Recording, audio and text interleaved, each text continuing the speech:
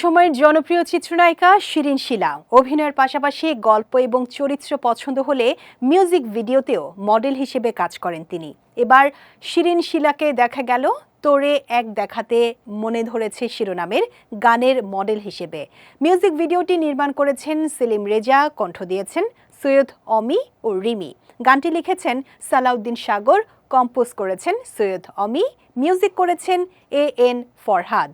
এরই মধ্যে গানটি ইউটিউবে প্রকাশিত হয়েছে জানিয়ে শিরিন শিলা বলেন, মিউজিক ভিডিওতে আমি খুব কমই কাজ করি।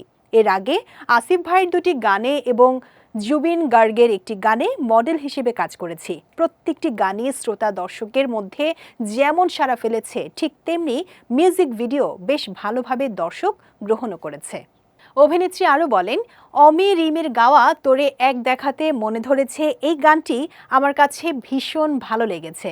গানটি সিনেমা ঘরানার একটি গান। সিনেমার গানের আদলেই নির্মিত হয়েছে মিউজিক ভিডিওটি। তরুণ শ্রোতা দর্শকেরা যে ধরনের গান পছন্দ করেন, এই গান ঠিক তেমন একটি গান। অমি রিমির এই গানে শ্রোতা দর্শক মুগ্ধ হোক, আমার পারফরমেন্সেও মুগ্ধ হোক, এমনটাই প্রত্যাশা। এদিকে শীঘ্রই সরকারি অনুদানের নতুন একটি সিনেমায় কাজ শুরু করতে যাচ্ছেন বলেও জানিয়েছেন এই চিত্রনায়িকা।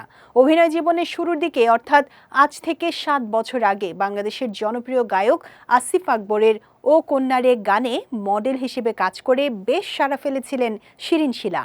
এরপর আসিফ আকবরেরই আমার হবিরে তুই ও জুবিন গার্গের সদরঘাট নামের গানের মিউজিক ভিডিওতে মডেল হয়েও দর্শকের মধ্যে সাড়া ফেলেছিলেন শিলা।